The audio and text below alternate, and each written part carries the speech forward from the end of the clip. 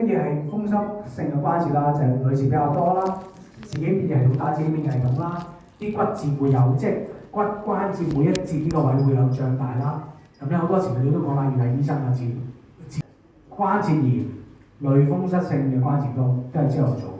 好啦，好多時都會藥物治療啦。好啦，先講翻藥物啦。嗱，類風濕嘅治療都係有指定嘅藥物嘅。好啦，咁啊有叫阿士匹靈啦，咁有啲咧叫腎上腺皮質醇嘅類固醇啦，咁有一啲叫外服嘅止痛藥啦，譬如可能就係最傳統做係嘛，搽啲萬金油啊，搽啲驅風油啊咁等等呢啲啦。好啦，逢係擺得落肚嘅藥，佢有咩副作用咧？食類固醇，你會見到有水腫、高血壓、眼壓過高、眼壓高啦，咁啊體重升啦，塊面就變咗月亮咁，即係成個包面出晒嚟，跟住咧水喉肩啊，好容易感染啊！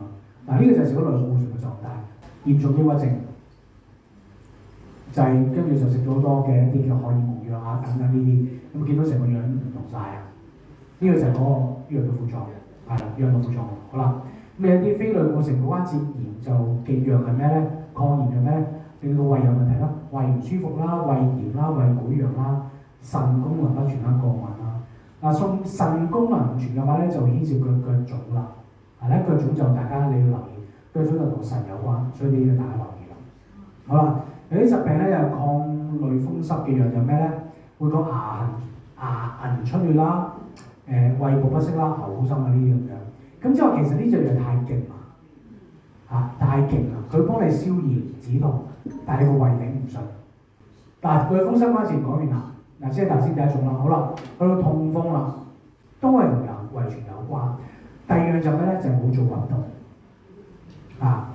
有做運動嘅話咧，你對上一代兩代有都好啦，你都唔會有咁嘅狀況出現嘅。咁所以一痛風嘅時候咧，痛到咧就一定要食藥㗎啦。